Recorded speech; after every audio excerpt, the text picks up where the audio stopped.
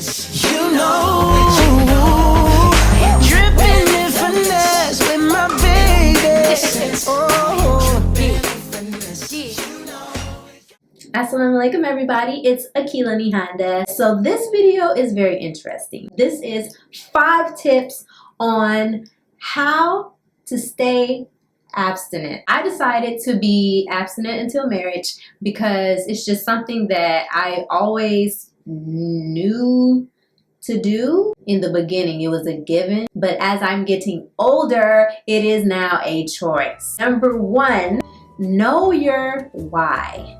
A lot of times we just say, you know, I'm just gonna wait till marriage, and yeah, just because, I don't know, you don't have like a full out plan. You need a clear reason, because when it comes the time and your crush is in your face and it's about to go down, you need to know why. It could be your religious beliefs. It could be health reasons, because not everybody is religious. Some people are abstinent because of health, because they don't want their chemical juices mixing with people who are not their committed partners. So it's not necessarily just for people who study the Bible, study the Quran. It's for anybody who wants to protect their sacred vessels. If I choose to be abstinent, it's gonna be several reasons as to why, so that when the time comes when I'm tempted, I can totally say, okay, this reason is not stopping me right now. What about this reason? Is that gonna stop me? Okay. So you gotta have your reasons down pat. Well, for me, my reasoning is because, 1, in the Holy Quran, in the Bible, God says that fornication, adultery, all of that is forbidden, and it is an abomination, and it is displeasing in God's sight. So for me, as a young, like when I was really little, that's all I needed to really know, because I was so focused on pleasing God. So that's all I really need to know. As I got older, I'm understanding the reasons behind why it's displeasing to God. My parents, they were not married when they had me. So I subconsciously felt the pain of single motherhood. In my head, it was like I would never put myself in a situation where I didn't have another person helping me raising a child. Unfortunately, fornication a lot of times leads to a single parent household. You know, clearly great things can come out of that, but you know, a lot of pain comes with it as well. Another reason is because I was taught my body is a sacred vessel, and it is a sacred vessel. Your body is a sacred vessel as well. The only person I would allow access to it is the person God chooses for me as a mate, as a husband. If you want to build an empire with somebody, like, wait till you have that commitment, and it makes it all the more powerful. And a lot of people are scared of these diseases now, because you can have life-changing diseases like kill you type diseases, and all of these things matter. So know your why. Number 2, fasting. Everything stems from an urge, the core. In yoga, they talk about the core and holding yourself up from the core. The core is where also you feel those hunger pains. The core is also where you feel the sexual urges coming up. When you can just maybe take a day where you just drink water and hot tea or coffee, and you are training your body to obey what your mind tells it to do, it makes it easier for your sexual urges to be under control. You shouldn't feel bad because you are experiencing an urge, because an urge is natural. The only thing is, we just gotta control the urge. In fasting from food, it helps you to get in the habit of controlling your body with your mind. That's why in the month of Ramadan, Muslims, they fast for a whole month, and then we'll eat at night. And it's really important to fast, because you don't want to have your emotions and your hungers controlling you, because then at that point you're a slave. Man, look, slavery is over. Okay.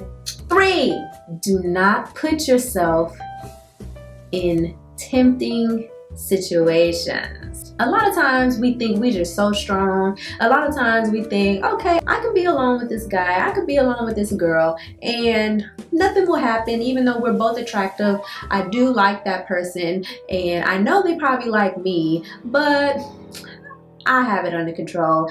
I can be, disciplined in this situation. Really? Really? Think on it like this. You put yourself in a room, just you and him. You got Marvin Gaye, Let's Get It On, playing in the background. It's dim lighting, freshly shaved. Everything is looking good, but y'all just gonna talk, Netflix and chill. 95% of the time, something's gonna go down that you didn't really want to. And it might not be the full out experience, but it's gonna be something. What we're really striving to do is not just abstain from sex, but really abstain from sexual relations, period. Like anything that's intimate that you would do with your husband or your wife or your committed partner. Bring people with you to different things like the movies, bring people with you to events, just so that you can have somebody else as a accountability so that nothing can go down. Even if you feel like, oh, we're just friends, nothing's gonna go down. It's never wrong to be extra safe, because if y'all are just friends and if y'all have mutual friends, then why not bring them along if y'all are all friends, Or when you're calling or you're texting at like 2 in the morning, or, it's gonna be difficult to keep that conversation elevated. It's gonna start going down, baby. Talking on the phone at a decent hour, which means like, not past 11 o'clock p.m. or 10 o'clock p.m., and some people would say 9 o'clock p.m. So it's up to you, but definitely when you start passing that midnight hour, you gonna get to a point where sometimes you might start slipping in the conversation. And men naturally test women, and and sometimes women, we naturally will test a man and start saying some slick stuff and start saying some sexual stuff, and you don't want it to get to the point where you all are in a situation you really weren't trying to go there. 4, pray. Pray like your name is Mary, Elizabeth, Sarah, Mary Magdalene, Mother Khadijah, Mother Tanetta. When when my emotions are high and I'm trying to figure out, what is this I'm feeling? This brother is fine, this brother is fly. Pray in your head. Take a minute to pray on your prayer rug. Do your prayer at the church, at the house, right there at the club. No, okay, don't go to clubs. Ask God for strength. Ask God for help. Ask God to keep you memorizing why you're doing what you're doing. It's not necessarily that they're going to go away, but Lord, please strengthen me to be able to control these emotions so that they will start dwindling once I start getting more of a sober mind, because prayer can get you into a more sober-mindedness. Thank God. And last but not least, 5, don't listen to a lot of sexual music and watch sexual movies. When I tell you 50 Shades of Grey is not the movie you need to be watching if you're trying to abstain from sexual relations. Trey Songz, Pleasure P, and Plies, and anybody else who is mostly singing about sex, or rapping about sex, then you probably don't want to listen to too much of that, because subconsciously it gets in your head and you start to want to act out.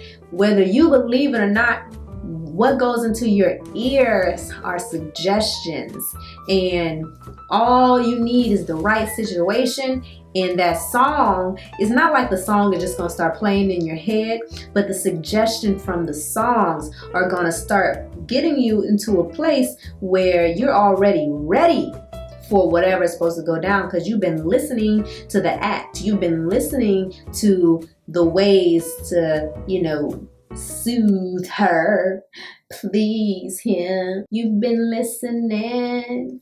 You've been singing along. Yeah, you've been feeling it. Hey, yeah. So you already ready. You don't even realize where that's coming from. It's because of all that music. And then the imagery, pornography, watching explicit sex scenes in movies, all of these things contribute to the mind going into that place where it's going to make it 5 times more difficult or 10 times more difficult to abstain and to stay abstinent. See, remember, this video is about keeping your promise to yourself. So this is for those who are thinking about abstaining from sex before marriage, or they've already had sex and they are now deciding to not have sex any longer until they are in a committed marriage or relationship. So this is for those type of people who are thinking about it or who are interested in that type of lifestyle. And so you have to think, what are the things that are going to help you along that journey? This is not like guaranteed things that'll stop you. There's nothing that can stop you but you. These are just some tips that can help you along the journey. Also, I don't know what category this falls under, but your peers, those type of people play a really big role, because honestly, it's probably a little easier for me to do this because my friends are also abstaining.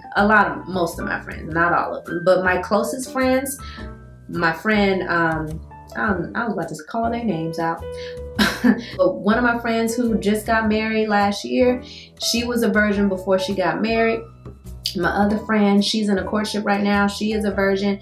And my other friend, she was a virgin before she got married. And so when you have people around you who are also doing this, it really does help. I'm sorry, but if you are trying to abstain from sexual relations and your 3 best friends are strippers who might be in and out of different relationships and teaching you how to do stuff, and y'all learning how to work a pole together, but you thinking you're gonna save yourself for marriage, I mean, it's gonna be difficult. Anything is possible, but you might want to get some other close friends to balance that out. And this is not me judging strippers, don't make it that type of video, but that's just it, you know. So this is how I managed to be able to do this for 26 years, to be abstinent until marriage. So if you're abstinent, you're a virgin until marriage, or if you are celibate until marriage, which means that you had sex before but you chose to no longer have sex until you are married or until you are in a committed relationship, then this video is for you. I mean, I really could go deeper into the subject, but I don't know. I'll just include some clips from some brothers, because this is not just for women, but it's also for men. I felt like it really does help to see other people who are going through that, who look like you, who talk like you. And these videos actually are inspirational to me as well. And so, enjoy. See, I'm on a tip of, you could be abstaining from sex, but you could still not be living a pure life. You know what I mean? It's about to get real deep. Let me make sure everyone's prepared for this. All right. So you could be abstaining from sex, but if you still masturbating, you hear me? If you still like producing, you know, that feeling, then I don't think that's living the pure life. That's big right there, man. If you know what I mean? So abstaining from sex, I've been able to do that for a minute, you know what I mean? I've had my bouts with that, but that has been much easier to conquer than just saying I'm gonna live the full pure life, and that's the mission I'm on currently. So, and I see the light at the end of the tunnel, to where I see like, yo, I could really do this. They got certain battles that is just like, yo, I just can't bench press 500 pounds. Like, look how skinny I am. Like, I just can't. You know what I mean? But with this, I see that like, yo, I think I could really do this. You know what I mean? And I'm not doing it for other people. Like, this don't have nothing to do with nobody else. I'm doing it because I think it's gonna truly unlock, you know, a side of me, like a level of strength, a level of like consciousness, just a level of literally purity that's gonna open up, you know, doors that I feel like I want to experience that before I die, you know. And I mean, I want to get married sooner than later, because I'm not trying to be a monk. You hear me? Like, because what happens when a man goes into a woman, when they're having sex? Now all of a sudden, that's why sex was only meant for marriage, because you was only meant to form him. You was only meant to be one with him. And when you get all these people in you, emotionally, physically, personality-wise, memory, the devil understands, how can I get you in a moment of vulnerability to develop a memory that would get you so caught up in what you love that your future man has to always be compared to the men you had. Then the woman that you want to have, she's not doing it right because she was a freak, and this woman loves the Lord, you know what I'm saying? And she's causing you to wait. She's saying, I don't want to give sex, and now the man's like, you not trying to give sex? Let me put a ring on it so I can have sex. But when you realize that you have a life of lust, and most people get so caught up in engaging in different things and not developing godly friendships. If God did not conceive it, I tell people, do not receive it. But most people don't want to consult God to see if he even started it. They just think, just because they showed up, they think God did it. People come in and out of your life all the time. You got an enemy, folks. You got an enemy that says the counterfeit comes before the real every single time. The only time the devil beats God is when he beats the real. He says, I can beat God because I know God takes a while. The channel to the womb is a sacred channel that must be guarded. The Quran says, guard your chastity. Guard it. Because when you leave that canal, that channel unguarded, you may open yourself up to diseased men, people that don't care, have any value for you, but just use you as a pleasure tool and then throw you away. Some of you do not think that you'll get a man unless you lay down and open your knees to that man. If you gotta open your knees to get a man, he ain't no man. He's not worthy of you.